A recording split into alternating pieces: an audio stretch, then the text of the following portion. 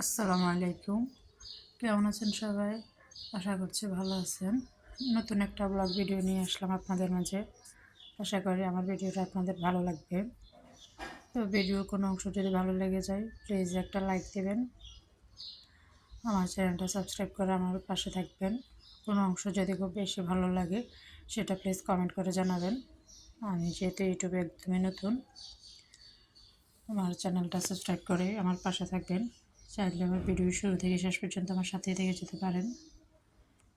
তো সকালবেলা আজকে বাইরে খুব মেঘ ছিল, খুব বাতাস ছিল। ভেবেছিলাম বৃষ্টি হবে, তাই বাইরে আসলাম দেখার জন্য। আসলে বৃষ্টি তেমন হয়নি, শুধু এক ফোঁটা দু ফোঁটা বৃষ্টি হয়েছে। বাতাসের সাথে মেঘ কেটে গিয়েছে আর কি, বৃষ্টি তেমন হয়নি। সকালবেলা হচ্ছে বাজার থেকে এখানে বেশ কিছু দেশি কই মাছ নিয়ে আসছে। এখানে হচ্ছে 2 কেজির মতো কই মাছ। তো কই মাছগুলো আমি আমার যে কাজের খালা আছে ওনাকে কাটতে দিয়ে আমি হচ্ছে চুলায় রান্না বসিয়েছি। এখানে হচ্ছে ভেন্ডি ভাজি করে নিচ্ছি, আর পাশে চুলায় হচ্ছে কিছু লাউ শাকে ভাপে বসাইছি। লাউ শাকটাকে শুধু একটু লবণ আর পেঁয়াজ দিয়ে হালকা সিদ্ধ বসাইছি, পরে এটাকে বাগার দিয়ে নেব। তো লাউ শাকগুলো একদম কচি ছিল, তো এগুলোকে সামান্য পেঁয়াজ আর লবণ দিয়ে একটু ভাপ দিয়ে নেব। ভাপ দেওয়া নেওয়া হয়ে গেছে, তো এখন এটাকে আমি বাগার দিয়ে নেব। চুলায় হচ্ছে তেল গরম করে এখানে কিছু রসুন কুচি দিয়ে নিচ্ছি। রসুনটাকে হালকা ভেজে নিয়ে তারপর এখানে কিছু শুকনো মরিচ দিয়ে দিচ্ছি ফোড়নের জন্য। শুকনো মরিচটাকে কিছুটা ভেজে নিয়ে রসুনের সাথে তারপর এখানে বেশ অনেকখানি পেঁয়াজ দিয়ে দিচ্ছি।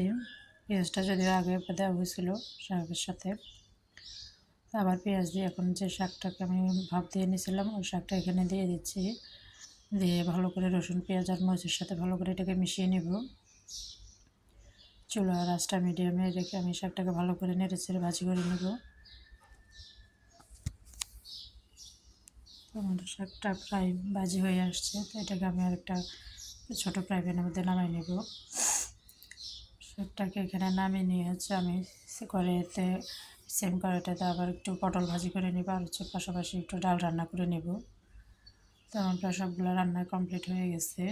এই ফাঁকে আমি শাক আর ভেন্ডিটা ভাজি করার সাথে সাথে হচ্ছে পটল ভাজি, ডিম ভাজি আর মসুর ডাল রান্না করে নিয়েছিলাম। আর যে কই মাছগুলো খালাকে কাটতে দিয়েছিলাম, তো কই মাছগুলো সব কেটে নেওয়া হয়ে গেছে। তো এখান থেকে কিছু দুপুরের জন্য ভাজি করছি, বাকিগুলো হচ্ছে আমি ফ্রিজে তুলে রেখে দিচ্ছি। এখন হচ্ছে আমি দুপুরে খাবারটা খেয়ে নেব। তার জন্য যা যা রান্না করছে তা সবগুলো নিয়ে নিচ্ছি। যে এখন আমি ভাতগুলো খেয়ে নেব আর কি। দুপুরে যেহেতু রান্নাবান্না সব করা হয়ে গেছে, এর ভাগে হচ্ছে আমি গোসলটা সেরে নামাজ পড়ে আসছি ভাত খাওয়ার জন্য। বাকিদের সবার খাওয়া হয়ে গেছে, তাদেরকে আগে দিয়ে দিচ্ছি। তো আমার খাওয়া দাওয়া কমপ্লিট হয়ে গেছে। আমি হচ্ছে বিকালের জন্য একটু নাস্তা বানাবো। তো আজকে ভাবলাম একটু কেক বানাই। তো কেকের জন্য আমি এখানে 4টা ডিম নিচ্ছি। ডিমের সাদা অংশ আর হলুদ অংশটাকে আলাদা আলাদা করে ফোম করে নিচ্ছি। আর যে ময়দার মিশ্রণটা দেখতেছেন, এখানে হচ্ছে ময়দার সাথে আমি প্রায় 2.5 কাপ ময়দা নিচ্ছি। 2 টেবিল চামচ হচ্ছে বেকিং পাউডার, 1 চামচ হচ্ছে কর্নফ্লাওয়ার, আর পরিমাণ মতো লবণ দিয়ে আমি মিশ্রণটা আগে রেডি করে রাখছি। পরে যখন ডিমটাকে ফোম করে নিলাম, তারপরে এখানে একটু একটু করে মিশিয়ে নিচ্ছি। এখানে একটু একটু করে ময়দা দিয়ে একটু একটু করে মিশিয়ে নিচ্ছি আমি। তা দিয়ে দিচ্ছি 1 কাপ পরিমাণ তরল দুধ।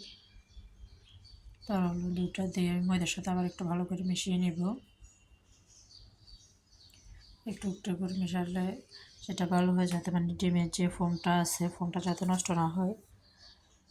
ময়দার মিশ্রণটা করতে গিয়ে ডিমের ফোমটা যত বেশি থাকে তখন দেখা যায় কেকটা তত বেশি ফুলে এবং নরম হয়। তো আমার মিশ্রণটা রেডি করা হয়ে গেছে। তো আমি এই স্কোয়ার মোল্ডটার মধ্যে কেকের ব্যাটারটা নিয়ে নিচ্ছি। প্রথমে কিছু ভ্যানিলার ব্যাটারটা দিচ্ছি। এখানে আমি এখানে চকলেটটা অ্যাড করিনি। অর্ধেকটা মোল্ডের মধ্যে ঢেলে নিয়ে বাকি অর্ধেকটার মধ্যে হচ্ছে আমি এখন চকলেট এসেন্সটা মিক্স করছি। মিক্স করে ওইটা এখান থেকে কিছু দিয়ে নিচ্ছি। তো বাকি যেটা ছিল এখন পর আবার এটাও অ্যাড করে দিচ্ছি।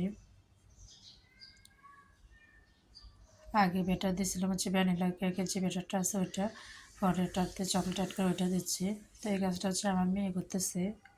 আমি যখনই কেক বানাতে আসি তখনই আমার মেয়ে এসে পাশে দাঁড়িয়ে থাকবে, যে ওকে এটা করতে দিতে ওইটা করতে দিতে।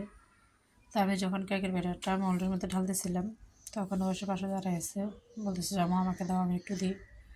তখন ওর হাতে দিচ্ছি, ও আস্তে আস্তে এটা ঢাললো মোল্ডের মধ্যে। তো আমি একটা ননস্টিকের বড় পাতিল চুলায় আগে থেকে বসিয়ে রাখছিলাম একদম লো হিটে। ভেতরটা বেশ গরম হয়েছে। তারপর এখানে একটা স্ট্যান্ড দিয়েছি আমি। স্ট্যান্ড দিতে গিয়েছে আঙ্গুলের ছাগা লাগে গেলো পাতিলের তলায়। আর এখন হচ্ছে মোলটা বসাই দিচ্ছি এখানে। যে মোলটা একদম পারফেক্টভাবে বসিয়ে দেবো, উপরে ঢাকনাটা লাগাই দেব। ঢাকনার মধ্যে যে একটা ছোটো ছিদ্র থাকে, ওই ছিদ্রটা হচ্ছে আমার মেয়ে আটকে দিচ্ছে। যে প্রথমবার দিছে হয় না কাজটা দিয়ে, এরপর এটাকে আবার দিছে, যে এখন হয়েছে। তো এই যে দেখেন আমার কেকের ফাইনাল লুকটা।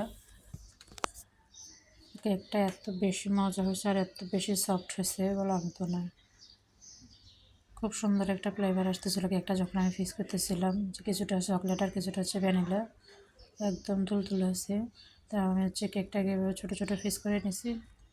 পিস করে নিয়ে হচ্ছে সবাইকে দিয়ে দিব আর কি, যেহেতু এটা বিকেলে নাস্তার জন্য বানাইছিলাম। তো ভিডিওর শুরু থেকে এই পর্যন্ত যারা আমার সাথে ছিলেন সবাইকে জানাই অসংখ্য ধন্যবাদ। আসসালামু আলাইকুম, ভালো থাকবেন।